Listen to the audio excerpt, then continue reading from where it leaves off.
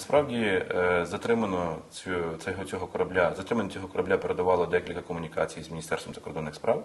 Спочатку ми отримали публічну інформацію про те, що таке судно може вийти з порту Бердянськ і направитись до турецького порту. Ми про це поінформували турецьку сторону.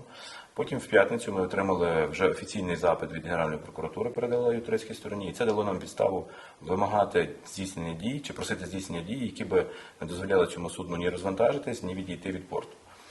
Ми організували декілька комунікацій на рівні керівництва міністерств. Це було піднято питання на найвищий рівень. Більшість міністрів були повідомлені про цю ситуацію.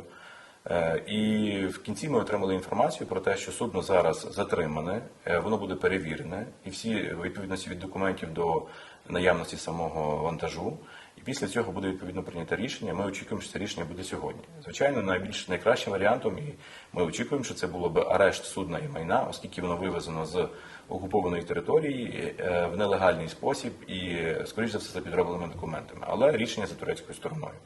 Крім того, як ви знаєте, російська сторона намагається обходити обмеження, які існують зараз стосовно Криму, і ми так само інформуємо турецьку сторону про те, що кораблі, які заходять до турецьких портів з російськими документами чи з документами з російських портів, ми доводимо, що це фальшиві документи, що це кораблі йдуть з кримських портів, з Севастополя і з Керчі.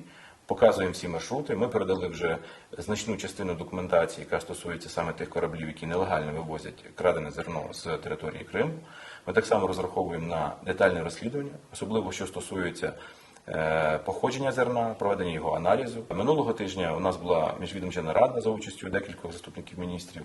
Нам обіцяли, що у разі прибуття експертів з України їм дозволять проводити аналіз цього зерна, збирати відповідним чином дані і аналізувати їх відповідно до діючої нормативної бази в Туреччині і в Україні. Тому ми зараз розраховуємо на те, що спочатку буде рішення по цьому кораблю, який стоїть біля порту Карасу, і очікуємо, що його арештують. І пізніше ми також розраховуємо, що нам вдасться довести незаконність дій російської сторони щодо вивозу зерна через територію окупованого Криму. Поки що тривають двосторонні консультації, оскільки, як ми розуміємо, російська сторона намагається добитися якоїсь міри контролю над проходженням суден. Для нас це абсолютно неприйнятно.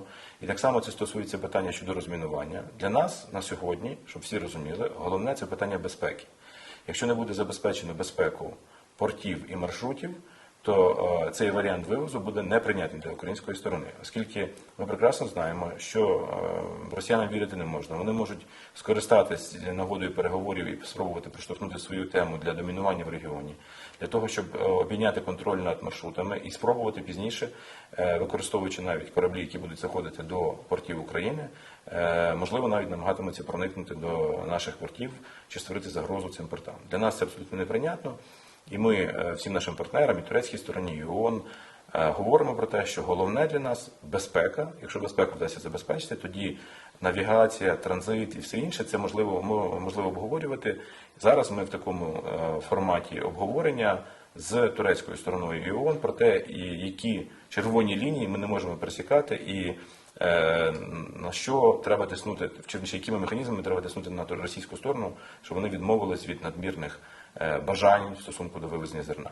Хоча моя особиста думка така, що турецька сторона не зацікавлена на вивозі українського зерна, оскільки намагатиметься захопити наші ринки, захопити маршрути доставки і створити умови для того, щоб Україна не мала можливості комунікувати з зовнішнім світом саме через блокаду її портів.